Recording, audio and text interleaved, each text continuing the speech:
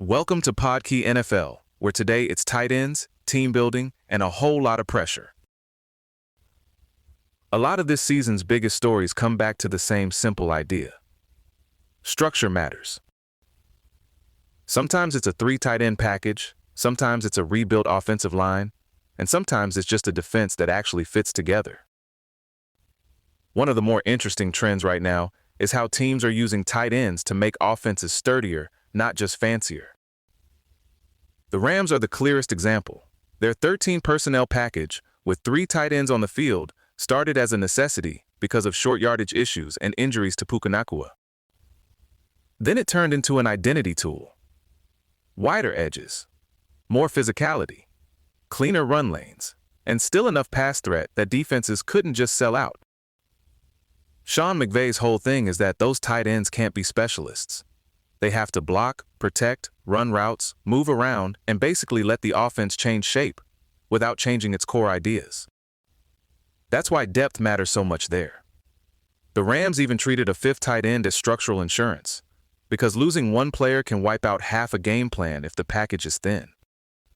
Other teams are chasing versions of that too. Jacksonville and Houston have both added blocking-capable tight ends because heavier looks can help the run game, open up play action, and give quarterbacks safer windows in the middle of the field. This also ties into a bigger point about coaching. The teams people trust most usually have a clear teaching system before they have a perfect roster. McVay teaches by intent and responsibility, so players understand where they fit and can be dropped into different groupings without the whole thing falling apart. That same general idea shows up with coaches like Liam Cohen, Mike McDonald, and Kyle Shanahan. Good coaching becomes a tiebreaker because it raises the floor fast. A strong run game, quick answers, play action, and simple decisions for the quarterback can matter more week to week than having the flashiest collection of names. Houston might be the cleanest example of that right now. Their defense looks genuinely top tier by pretty much every serious measure, and what stands out is how little smoke and mirrors it needs. They don't have to live on blitzes or defensive back pressure. They can rush 4, cover tightly, and trust their talent to win one-on-one. That matters because it's efficient in every sense. It's effective, and it's relatively cheap, with young players like Kamari Lassiter, Callum Bullock, Derek Stingley, and Jalen Petre giving them a lot of value. That flexibility is what lets Houston spend on offense, because C.J. Stroud's environment clearly needed help. His regular season was strong, but the playoff wobble looked like a quarterback pressing behind an offensive line. He didn't fully trust. If you're constantly bracing for pressure, that changes how you play. So Houston's answer has been practical. Improve the interior line, add David Montgomery, add a blocking tight end, and try to move the run game from bad to just respectable. That may not sound glamorous, but going from awful yards before contact to even middle of the pack can make Stroud's life dramatically easier on early downs. Jacksonville is fascinating because its late-season offensive surge looks real. From Week 11 on, the passing numbers were excellent, and it wasn't just random heat protection improved. Some receivers developed, and the offense looked more coherent under Liam Cohen. Trevor Lawrence still has the big question hanging over him, though. Can he become more consistently decisive after the first read? The hope is that heavier personnel, more under-center work, and stronger play-action structure can calm the picture down for him and make the offense less dependent on him freelancing. Then there's Indianapolis, which might have one of the widest outcome ranges in the league. The Colts have real upside, but they'd also have a lot of uncertainty packed into one roster. Early on, they leaned hard into explosive first-down calls and a lot of play action, which helped create production without asking Jonathan Taylor to carry everything.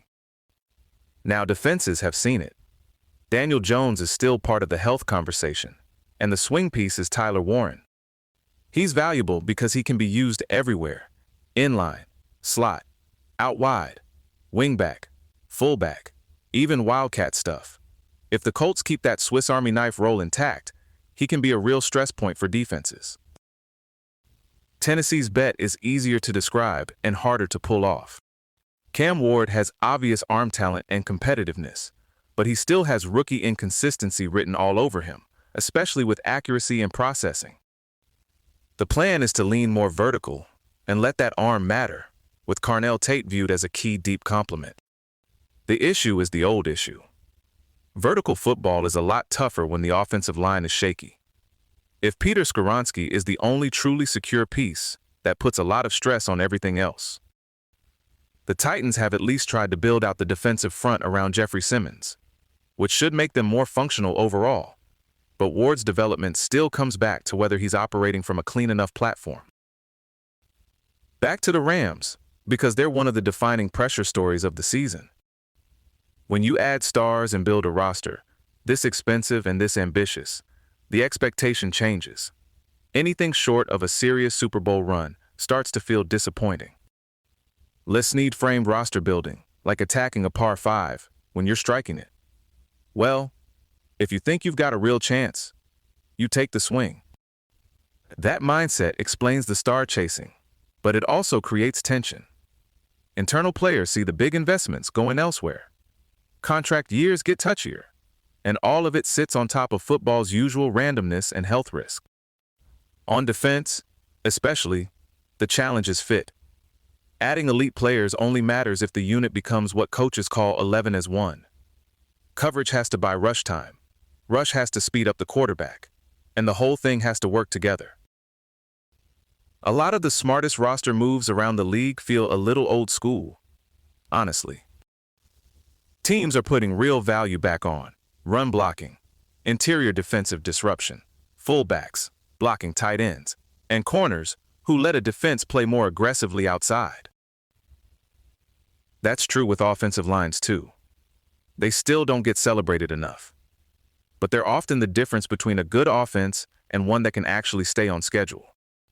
You see it in Houston's plans, in the Rams' identity, and even in teams trying to stabilize young quarterbacks. Fancy weapons are great. Function comes first.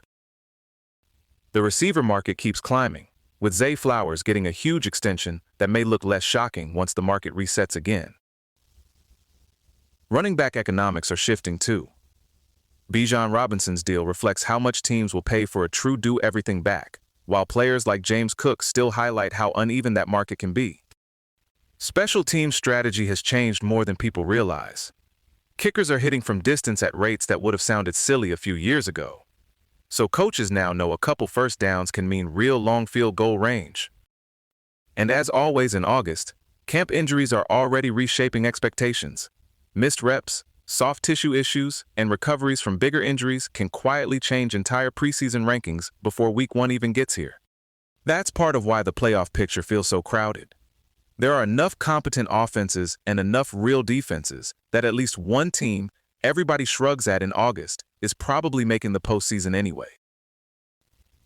That's the roundup for today on Podkey NFL. The big takeaway is pretty simple. The teams with the clearest structure usually age best once the season gets weird. Thanks for listening.